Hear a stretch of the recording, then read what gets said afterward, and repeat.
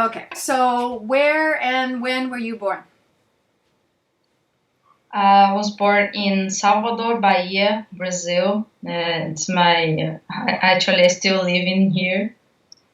And when it was in September 24, 1997. I'm not sure if I'm pronouncing Yeah, correctly. we would probably say 1997. So, Okay, yeah, that's 1997. great. So that makes you a Libra, and Libra people really care about justice and balance. Does that describe you or not? Yeah. Yeah, it's me for complete. What are other words that describe you for someone who doesn't know you? I would say that I'm a really curious people, also creativity and a lot of anxious. I'm really anxious About the climate or anxious in general? in general, and that makes me want to act as soon as possible. Ah, interesting. Um, there's a growing problem, I think, around the world that adolescents, especially girls, are increasingly anxious and depressed. Do you see that among the network of people that you know, or is it just like a Western problem? What are you seeing in terms of I anxiety? I guess it's a global problem. But for me, I'm kind of one other thing that make that I would say about me is that I'm really introvert. So I don't socialize very much with people. For me, just being with my family. I'm also married, so being my family, my husband, it's enough for me. I don't need many friends. So it's sometimes bad because in this way I don't know very much about the human behavior and the common problems of human behavior at general. That what is happening to my country and the world. So, but for the other place, that makes me much more creative and I want to put my anxious to work in things that really matter to the society. Ah, Um, beautiful.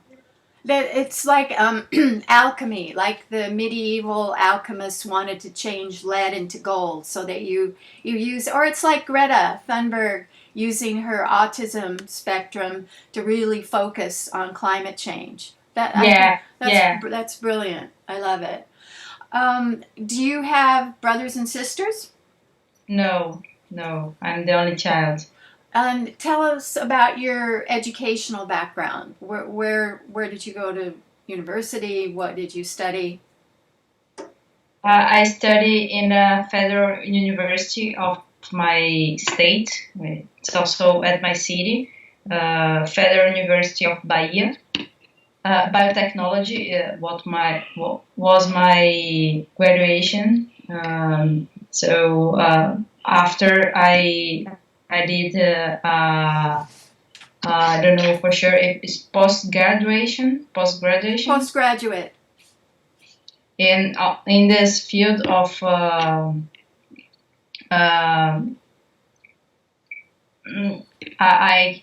of nature, uh, uh, health, security. It's because I don't know the name in English, but I can send to you after. Uh, I did this course in post graduation, and also back in my graduation time, I done a quick course in MIT. It was in 2016. I was in my first year at college, and the course that I did was just 15 days. The name is Leadership of New Ventures. So I have the technical background of my graduation, but also this business part that in a quick course that I did on MIT. Did you do the course online or did you do it in Boston? In Boston. Ah, that must have been fun. Yes, it was really great. Oh, you were around some really great minds. Yeah, it was really great because it was just 15 days, but it seems that was much more because we were just doing this 24 hours, just doing this. There were some times that I needed to sleep and in some class in the university because we began at 8 a.m. and finished just 3 a.m. on the other day, 2 a.m.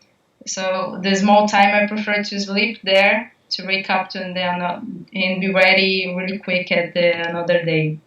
We So, literally did everything in MIT. We how took exciting. breakfast, lunch, dinner.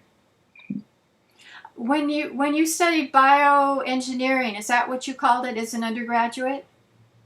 Biotechnology. Biotechnology. What does that mean? Like, what kind of projects did you create? Well, it's a course that is really multidisciplinary. You can do a lot of things, but my focus during all the graduation time was on the green biotechnology. That's the environmental biotechnology. And there is much of water treatment process. There is it's so many things, so many possibilities that you can work. Those vaccines that has been created for coronavirus right now are made by biotechnologies company, most part of them.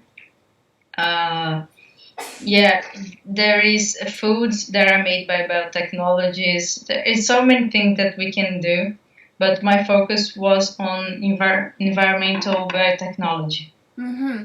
I just saw an article that I haven't read yet that said taking a kind of rock, a volcanic rock, and putting it in the soil captures carbon so that it's a device to draw carbon out of the atmosphere. What a lot of people are saying, okay, the humans have been so destructive, we're going to have to rely on some kind of engineering device to prevent us being burned to a crisp. Do you think that is a practical thought that we can turn to engineering to solve climate change? Is that possible? Yeah, I think that most part of the innovations and the solutions that we need to come up as soon as possible to save the nature and try to figure out the climate crisis are based on technology, engineering, scientists in general. They are going to be the savior. They are going to be the heroes of this whole process. Of course, we cannot rely just on them. There are a bunch of other role to fill with the societies, the companies, the governments. It's a work that everyone needs to do.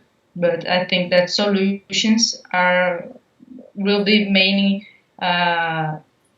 came up by the scientists. What are examples of projects that you've heard of that succeed in capturing carbon and slowing global warming? What are specific examples? Oh, that's not my main field, so I don't know much about this part because talking about the environmental, it seems to be specific, but it's quite general. My focus are in water and sanitation, so I don't understand much about this specific part of carbon capture. It's a really interesting field. I know that there's much to be done, and that it's also related to water because everything is connected with water somehow.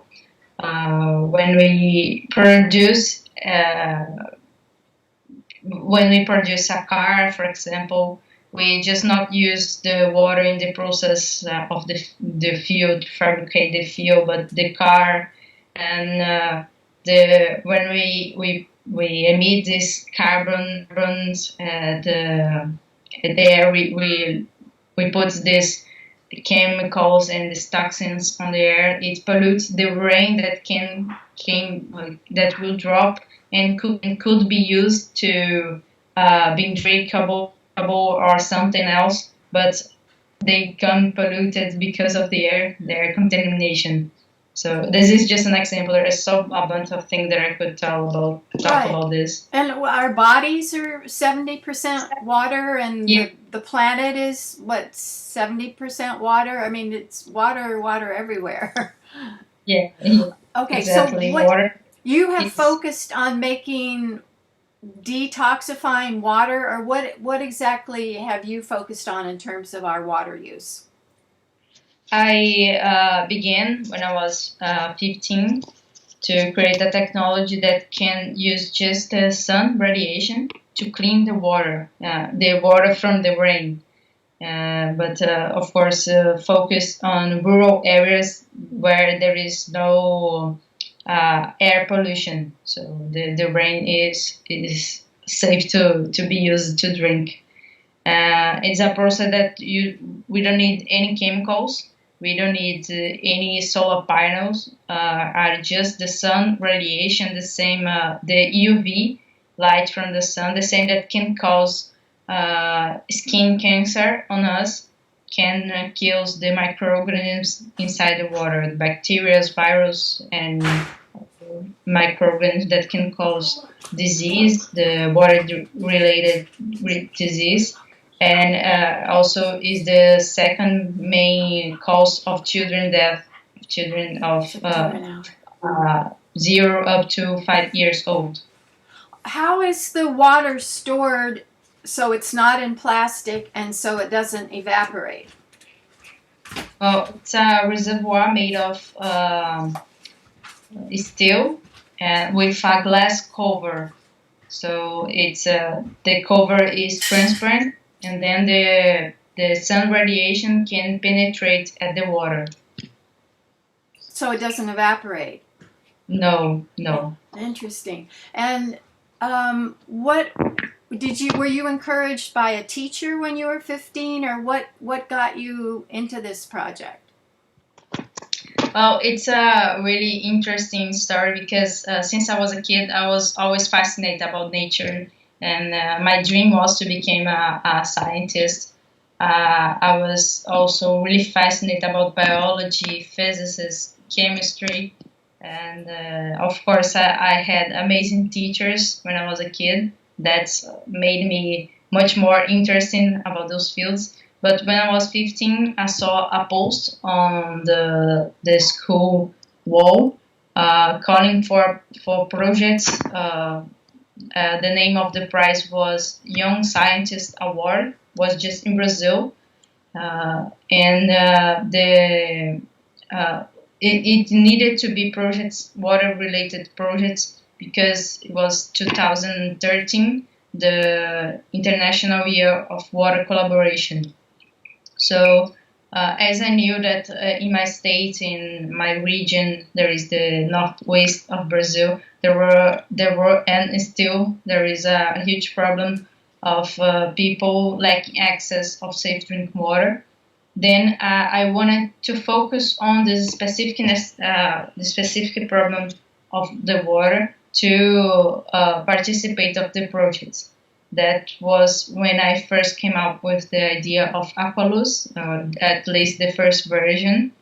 And yeah, it was really hard at the beginning. I didn't win the prize, but I was so passionate about what I was doing, and I see that I could really make a change in those fields to if I continue to develop the technology, it could really be a reality and change the lives of people that was unneeded, not really far from me. Well, was that a government school or a private school that you went to? I was in a private school. Because it seems like the government schools have, let's say, very uneven quality of instruction. Is that a fair statement? Yeah, yeah, yeah, it's really the difference is really big. But there is some federal schools that they are public, but they are the bad quality schools are from the states or the municipalities. The federal schools are so great that they sometimes are even better than the private school, but they are really competitive to get into. So yeah, there are just a few of them. Like in my state, I guess there is just two, and getting together with the privates and the municipalities in states are more than 100 schools. So it's really difficult to get into one, but they are good quality. And are they free, or is there tuition for those? Free. They're free. Then how did you get your design utilized? Who paid for building the steel structures, and how many are out there now? When I was at school, my parents and my grandma paid for the first prototypes. They really supported me at the beginning, and still right now they support me so much. They were a big difference for me. But right now, who are financing the technology and of course the whole structure of the company, because now we have a company to produce it. It's companies that work with corporate social responsibility projects on those areas at the semi-arid of Brazil. For example, we have some projects with uh, solar energy companies. I forgot the name, but from the energy from the air. It's wind turbines. Yeah, exactly. This wind power company, they're also financing, and the common energy transmission towers companies also they finance projects for the communities because as they cause social impacts, they need to finance social projects for them. So Aqualuz and other technologies that we are currently working on are possibilities for them to finance. And is your company profit company or nonprofit? Right now we are profit. Mm-hmm. So how many that you know of are out there? How many of the water purifiers? Right now there are 300 units installed in 5 states of Brazil, about 20 municipalities. But if it wasn't the pandemic, we would be right now with 600 units installed. So the twice we have right now, because we need to shut down the whole operation, so we wouldn't be a risk for the communities. Oh. And then do people pay for the water, or do they get it piped to their homes, or do they get the big jerry cans to carry it? How is the water transported to the families? I forgot the name of the. Let me just put a Google translation. Okay. Are by gutter. Oh, gutters? Oh, the gutters on the homes collect the rain. Yeah. Yeah. There's the gutters. Then the whole water is put in a cistern, that is the rainwater harvesting systems. Really common here in Brazil. We have more than 1.4 millions installed, and then we attach the technology directly to the outlet of the cistern. So every time the users want the water to consume, they will pass through the technology. But of course, if they want to use the water for other things, there is another outlet that we put in the equipment, so it don't need to pass through Aqualuz. What happens if it's not sunny? You know, if it's cloudy, rainy days for a long time. That's why we focus on semi-arid regions, because those times that it is raining are really unusual. Sometimes just a month per year. Sometimes it keeps a whole year without rain at all. So those are the perfect area for us, because if it's raining or if it's really cloudy, the users, the beneficiaries, won't be able to use Aqualuz. Is what kind of storage capacity is there? So if it's cloudy for a few days, no problem because I have water stored. Yeah, we have equipment of 10 liters of capacity, but each cycle in a sunny day can last for 2 up to 4 hours, and it's possible to do up to 4 cycles per day, a total of 40 liters. So you can store and use it at least during 2 days at maximum. And after this, you need to use the water to treat the water again. Are you giving the information about how to do this to other countries, or is it so far a Brazilian focused project? No, we know that there is still so many things to do in Brazil, but our dream, our focus is to expand the technology to other countries, other continents, meaning Africa. There are so many countries there are that has reality worse than we have here in Brazil. We start to do some connections at Africa and Asia. So in the next 2 years, we'll be able to place some pilots on specific countries and have some results about if the technology can work in other cultures, other environments, circumstances, and we will have this answer. But since the beginning, the technology was built to work in a global problem, not just in a Brazilian problem. We want to be adaptable to every kind of circumstance. Well, in the YouTube information box, we'll include the web page so people who hear about this and say, "Oh, I want to bring that to my country," they'll know where to contact you. Oh, great! You wanted to say the Yes. the name? Yes. Our website are the name of the company. The name of the company is Safe Drinking Water for All. So the website is sdwforall.com. Okay, and we'll write it in the box on YouTube as well. What's your official title with the company? I'm the CEO, founder and CEO. Yes. And what do you find in terms of being a woman CEO, that around the world women say people treat them with less respect?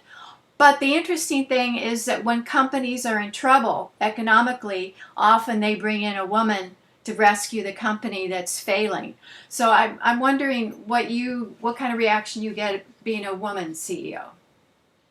Yeah, since I started, I was a CEO with 17 at the beginning of the company. That's good. And most part of the time, people look at me, mainly the men's, the other businessmen look at me as she's just playing to be a CEO, no, not speaking, but they act like I wasn't taking serious my business. That was just playing. That was it's just for fun.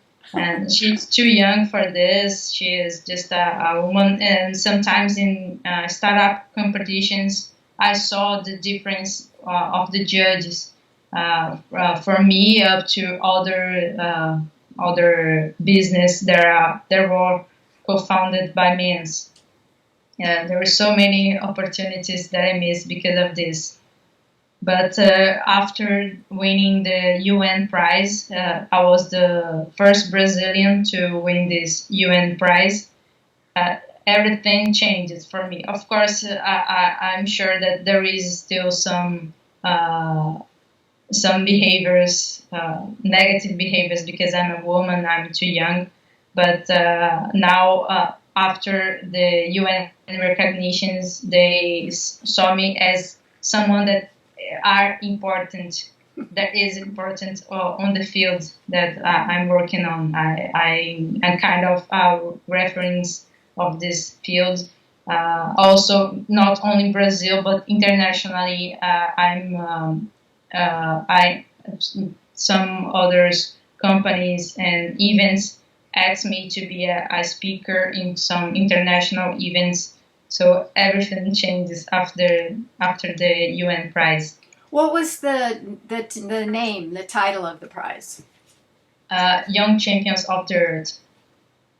Of the They Earth. set one per region. I was the Young Champion of the Earth of Latin America and the Caribbean. Wonderful. Was it like an honor, or did they give any prize money connected with it? Yeah, they give prize money too. Yes. Good, because then you can build on it. Yes. In terms of Brazil, I wouldn't say that Bolsonaro is exactly a progressive and has denied or not been interested in climate change, doesn't care if the Amazon, our lungs of the planet, is destroyed. What is he gotten educated at all, or what's the national policy in terms of climate and environment? The things is as bad as the news are. So we don't have much progress in the climate change here in Brazil as a federal policy. But I guess that there are some municipalities working on this. Actually, my city. I'm talking about this because yesterday there was a webinar of the municipality of Salvador, that is my city, and they talk about the innovations policies they are making to stimulate not only the startup but also the sustainable companies to work and have some tax reduction and some other incentives, financial incentives here in my city specifically. There's a league of cities around the world that are committed to environmental change. So I wonder if your city is working with that international group. Maybe are the resilient cities? It's I'm gonna look up the name of it. I think it was started at a UN, one of the COPs. I'm not sure, but it's called the Global Covenant of Mayors for Climate and Energy. And I'm not sure. well, maybe that would be good to tell your city about. I'll email you the name and Oh, the web page. Um, in terms of youth-led climate groups internationally, who do you look to? Like if you're wanting to keep up with the latest activism about climate and environment, what groups do you follow? Main part of the UN groups, UN environmental program groups too. Are basically this and others that I can't remember the name right now. I'm really bad with names. Is it UNGO? Is the UN Youth Environmental Group? Yeah, these two. And what have you heard about them? What do they do? UNGO. I most part of I just follow them by Instagram and see the news and see some data, the updates data of the climate, of the global situations. Sometimes when there is some specific news about what is going on with some countries, and also many news about the Amazon right now, as we I, know that there are some bad things going on right here. yeah. Are fires still burning, or is that fire season over in the Well, Amazon? it's not fire season. It is actually the whole year because they do the fires so they have more space to grow cows and to farm. So it's the whole year. Oh boy. There is not a season. Oh, actually, there is a season, but it's not for the Amazon. Yes, it's for another specific place. So there is some natural uh, natural Seasons. fires. Right. What is there any kind of organizing? I mean, is there any kind of national organizing against the logging and the deforestation, getting rid of the rainforest in the Amazon? How are um, environmentalists organizing? I guess there is some, there are some, but I'm not quite a follower of this group, so I don't know the name of them, but I'm sure there is some working on this.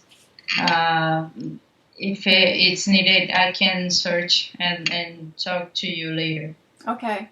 Um, why do you think it is that globally youth led climate activism is a large majority young women? Why are young women in the forefront like you? I haven't think exactly about this, but I guess there's much to do with our way to see not only what is in front of eyes, but in front of our eyes, but in a system way of thinking. We know the connections. We can build the connections about our actions right now and what's going to result in the future. I guess there is some biological explanation about this. Yeah, I would say there is some about this, and maybe culturally speaking, the demands of the last generation they may be created to think that the men's are most important, so they just think about them, don't think about anything else. So maybe these two explanation, the biological and the way the society built it to the men's to be the most important thing in Uh, the world and the woman the less relevant. Biological in terms of nurturance? What's the biological possible influence? I don't study much about this, but I guess it's the way to think. Uh, we have a way to think multiple things at the same time to see the effect of I think at the other things in a systematic way of thinking.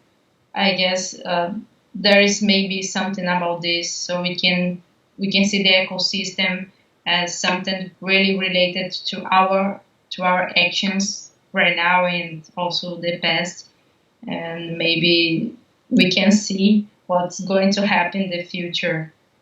I've read that in terms of brain organization, that men are more lateral. They're more specialized, left brain, right brain, and women have more connection across the corpus callosum. Because I did a book called 50-50 Marriage and one called 50-50 Parenting, and that was a frequent statement. The men said, I can't do more than one thing at a time. But the woman is like stirring the pot, holding the baby, talking on the phone. And women they have to, as a Yeah, caregiver, they have to multitask. You can't yeah, you can't just there's some, focus on the on the cooking because then the baby cries or something. Yeah.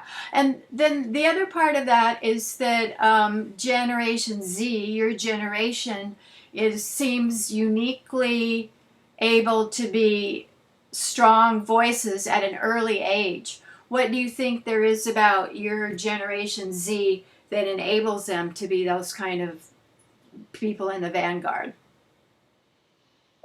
I guess as we have more, we are more connected to the technology. We can see our society as a global society, not specifically just what's going on in my city, but I'm connected to everything in the world. I have access to every kind of information. Of course, there is a bad side of it, but I think that this connection made us more immediatist. So we want things now. We want to make everything for the present. To see what maybe the generation before were more patient. They yeah, something about the time. The urgency. Our relation to the time is we want everything now. I guess I'm part of this as I'm really anxious. So I took the thing that sometimes are really bad to the good. So I do a good thing with this anxious. Yeah. So I guess the bad thing about social media is that, especially for young women, their body image suffers. They feel like they're not a part of the group. It adds to their anxiety and depression. Do you think that is a problem, or has that been overstated? The effect of social media, especially on girls' self-esteem. Yeah, I screenshot it on my cousin. I see her relation with the social media, something like this. She wants to expose her beauty and her body all the time. For me, as I'm a really introspective person, and I don't put much personal things on social media, so most part of the news about me are professional news. Sometimes I do publish some personal information, but I guess maybe 1% of the contents that I put on social media. How old is your cousin? I guess she's 15, Hmm. 15 years Yeah, old. that's like the prime age for that. That's for sure. Yeah. So what another thing about your generation is that earlier generations of activists were really influenced by books, but your generation, books don't seem so influential. It's social media where people get information. So I'm wondering, are there books that really shaped your thinking, or has it mostly been social media? Well, when I was in high school, I was really amazed by the biologist book. I like to read those books from school, not the other kind of books. And after this, after of also graduating at college, I became a person much more to collect the information from. Articles, scientific articles, and other things on the internet, not only by books, but sometimes I'm trying this year to read more books, but it's for me it's really hard. It It's takes. not. It's a in Portuguese, so it's hard to. But How would you translate that in English? That book title.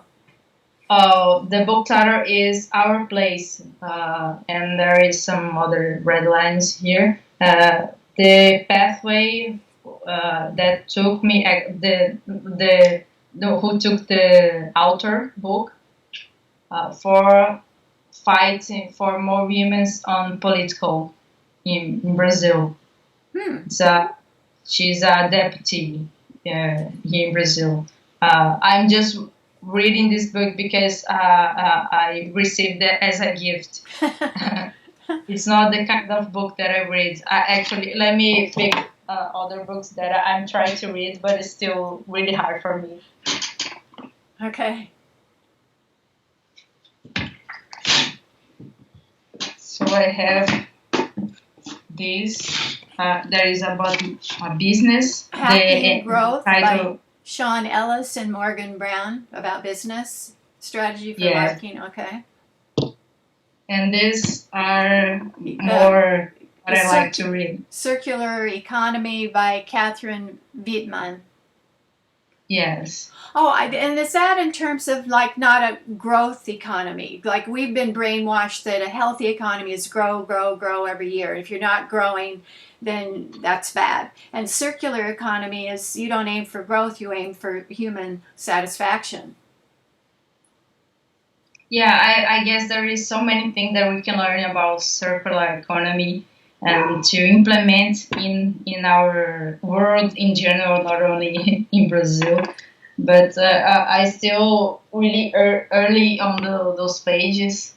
I just in the beginning of the book, there's some pages read. So Is it I in still Portuguese or English?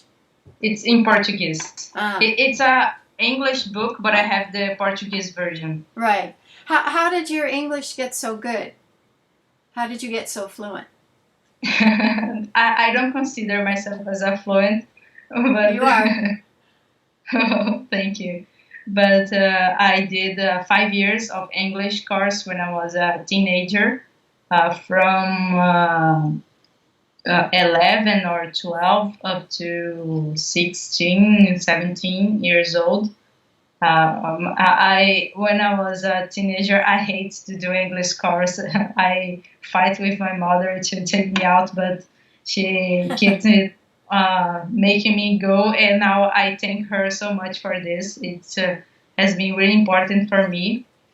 After I graduate, actually, since I was start to do the English course, I always like to listen to English music, and I try to understand the what words the music was talking about, and also once I got into advanced level, I started to watching movies, sometimes with subtitles, sometimes without the subtitles to understand better what they were talking about.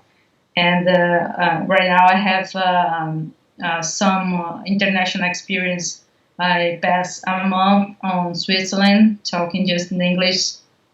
Besides, it was in a German part of the Switzerland, but I can't speak nothing in German. And as since I was 18, I've been traveling to other countries with some frequency, and all this opportunity I needed to talk in English. You were traveling because of the water business? Yes, Ah, yes. interesting. Um, a lot of environmental activists get trolls and insults and criticism. Do you generate that kind of resistance or not so much? Not so much, but I think it's because I'm not quite of uh, as I'm an introverted people, I don't show up so much to the society. But for example, Greta, she speaks so much for the society. She's a really activist. So I see many people talking bad things about her because of this. And for sure, if I was a person like Greta that came up to the public to speak so much and to criticize the society so badly, I would listen so many bad things about me. So as I don't have this side that I think it's really important for the society. As I don't have this side, I'm not really. I don't receive much criticisms. As an introvert, how and as someone who needs to do public speaking as part of your work with water, how do you get yourself centered to speak to a group? What's your technique? Because for a lot of people, public speaking is their biggest fear. Yeah, it was a big challenge for me at the beginning. Right now, it's still a challenge, but not as big as it was before. My first speak event when I was 15, when I began the project, I tell people I have a picture of this moment, and every time that I need to talk about the experience, I talk to them that if this picture was a video, it would look like the same. Was going to be a picture with voice because I started and I froze. That was just my mouth moving, nothing else was moving, and it was a really big challenge for me. I was really convinced myself that I couldn't speak in public, but as I saw that it was really important for the project, I forced it, and yeah, I could say that now I overcame this difficulty. Sometimes I say that I have two personalities. Sorry for the dogs barking. I have three dogs at my house, so sometimes it's difficult. But I say that I have two personalities: one that can speak public, and the other that is introvert. That makes sense. And we all have multiple personalities. You know, I have an inner child, an inner adult, a judge, a critic, or whatever. So, yeah, we do. Um, are you an optimist or a pessimist when you think about turning around climate change? It froze. Are you an optimist or a pessimist when you think about turning around climate change? Well, I'm kind of both. I'm balanced as I'm Libra. yeah, as I'm a Libra.